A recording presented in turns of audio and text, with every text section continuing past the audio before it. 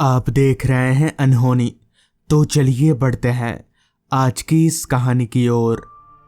कहते हैं ना, कभी कभी रास्ते हमें दूसरी मंजिल की ओर ले जाते हैं और अक्सर उन रास्तों से वापस लौट पाना बेहद मुश्किल होता है। बंटी और सूरज घर वालों के लाख समझाने के बावजूद भी ट्रिप पर निकले थे। दोनों बहुत अच्छे दोस्त थे।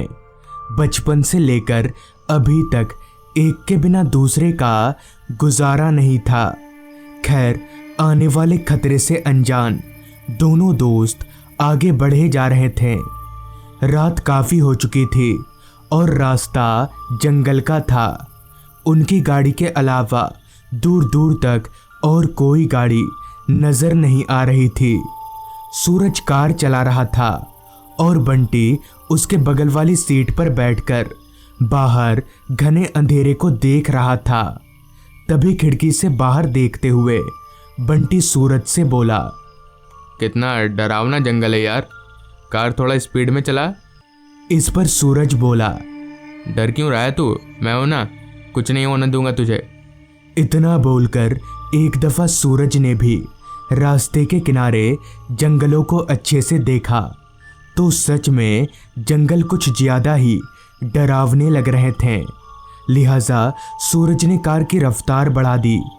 कार अपनी पूरी रफ्तार से रास्ते पर सरपट दौड़ रही थी। सूरज अभी कार चला ही रहा था कि तभी उसकी नज़र आसमान पर गई। मौसम ने अपना रुख बदल लिया था। थोड़ी देर पहले तक जिस आसमान में तारे टिमटिमा रहे थे, वहीं अब काले बादलों की गिरफ्त में था। वो दोनों दोस्त अभी बिगड़ते मौसम को देख ही रहे थे कि तभी रास्ते पर सरपट दौड़ती उनकी कार अचानक से बंद पड़ गई। कार को ऐसे बंद होता देख सूरज ने सही वक्त पर गाड़ी को रोड के एक साइड में कर लिया। सूरज ने गाड़ी रीस्टार्ट करने के लिए चाबी घुमाई, लेकिन कोई फायदा नहीं हुआ। जैसे कार किसी थके हुए शरीर की तरह बिस्तर में पड़ गई हो। जब चाबी घुमाने से भी बात नहीं बनी तो बंटी बोला, यार ये गाड़ी को क्या हो गया? अब भाई कहीं हमने घर वालों की बात ना मानकर गलती तो नहीं कर दी? इस पर सूरज ने जवाब दिया, क्या फालतू बात बोल रहा है तू? सिर्फ कार ही तो बंद पड़ी है, मैं बाहर निकल कर देखता हूँ। इतना बोलकर बाहर जाने के लिए सूरज ने अभी गाड़ी का दरवाजा खोला ही था। इतने में ही बहुत तेज बारिश शुरू हो गई। सूरज ने फट से गाड़ी का दरवाजा बंद कर लिया। कहीं ना कहीं अब वो दोनों फंस चुके थे। सूरज लगातार कार के अंदर से ही इंजन स्टार्ट करने के लिए कोशिश कर रहा था, मगर हर बार वो नाकाम साबित हो रहा था। बारिश अब और भी तेज हो चुकी थी। कार में बहुत वक्त गुजार लेने के बाद भी जब बारिश नहीं रुकी, तब सूरज कार के अंदर से एक बार बाहर के माहौल का जायजा लिया। हालांकि अंधेरा बहुत होने की वजह से कुछ भी साफ नहीं था, मगर बीच बीच में चमकती बिजली की रोशनी में सूरज ने देखा कि उससे कुछ ही दूरी पर एक पुराना सा घर है। उस घर को देखकर सूरज बंटी से बोला, यार वो देख, वहाँ एक घर है, चल जाकर देखते हैं, शायद कोई मदद मिल जाए। इस पर बंटी बोला, क्यों जाना है, कार में ही बैठते हैं ना, बारिश रुक जाएगी थोड़ी देर में। वैसे भी उस घर में जाना ठीक नहीं होगा। इस पर सूरज बोला, अभी तो पागल है क्या, जाकर देखते हैं। आखिरकार सूरज की जिद के आगे बंटी को झुकना ही पड़ा और वो दोनों कार से नीचे उतरकर भींगते भींगते उस पुराने से खंडर हो चुके घर की ओर दौड़ने लगे। उस घर के दरवाजे पर पहुंचकर बंटी ने दरवाज़ा पीटा, मगर ये क्या, बंटी के हाथ मारने से दरवाज़ा अपने आप ही खुल गया। शायद पहले से ही खुला हुआ होगा। ये सोचकर वो दोनों घर के अंदर दाखिल हो गए। सूरज ने एक दो बार आवाज़ें भी लगाई, मगर उसकी आवाज़ के बदले ना कोई जवाब आया और ना ही कोई आदमी।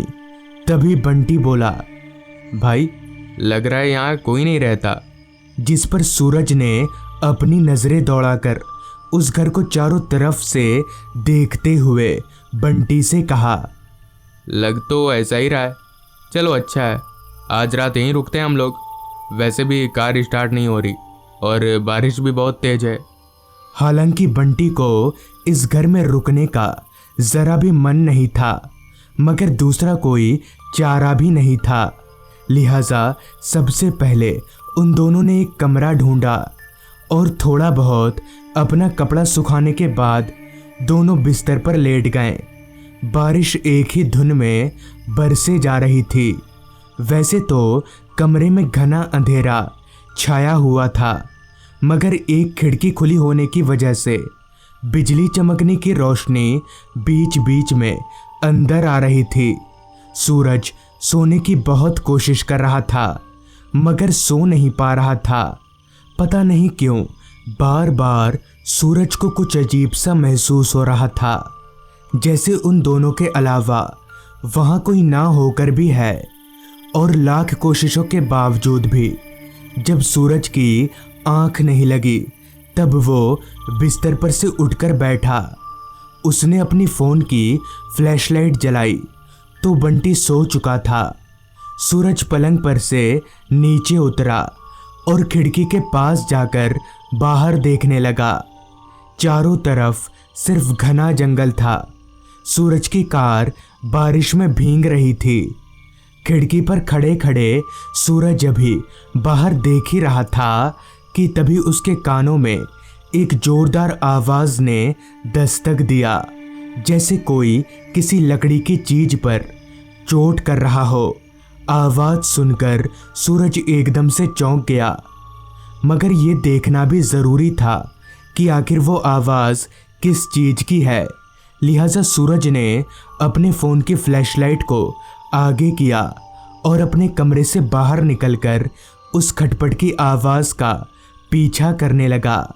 फिलहाल सूरज दूसरी मंजिल के गलियारे में था और वो आवाज़ भी शायद दूसरी मंजिल से ही आ रही थी। किसी कमरे में से आवाज़ का पीछा करते करते सूरज जब एक कमरे के पास पहुंचा तो वो आवाज़ और ज़्यादा तेज हो गई। सूरज समझ गया कि आवाज़ इसी कमरे में से आ रही है। वो झट से उस कमरे में घुस गया, मगर वो जैसे ही उस कमरे में दाखिल हुआ कि वो आवाज़ अचानक ही बंद हो गई। सूरज को बड़ा अजीब लगा। उसने कमरे में टॉर्च घुमाकर चारों तरफ देखा भी, मगर उसे ऐसा कुछ दिखा नहीं जिससे आवाज़ आए।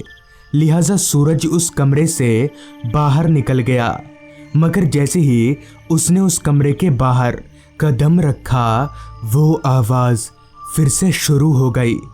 वो बेइंतहा घबरा गया।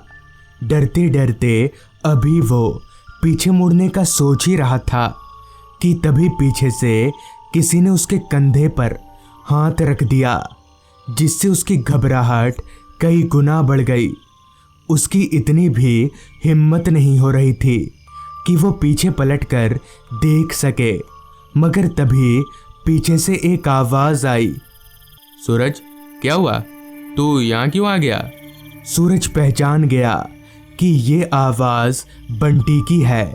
उसने पीछे मुड़कर देखा तो पीछे बंटी खड़ा था। इस पर सूरज बोला, अबे तू है, पर तू तो सो रहा था ना, यहाँ कब आया? इस पर बंटी बोला, अभी मेरी आँख खुली तो तू बिस्तर पर नहीं था, इसलिए मैं यहाँ आ गया। वो सब छोड़, बहुत नींद आ रही है, चल सो जाते हैं। जिसके बाद वो दोनों दोस्त गलियारे से होकर अपने कमरे की ओर बढ़ने लगे। चलकर जब वो दोनों अपने कमरे के पास पहुँचे और सूरज ने जब अपना टॉर्च कमरे के अंदर की ओर मारा तो सूरज के पैरों तले ज़मीन खिसक गई।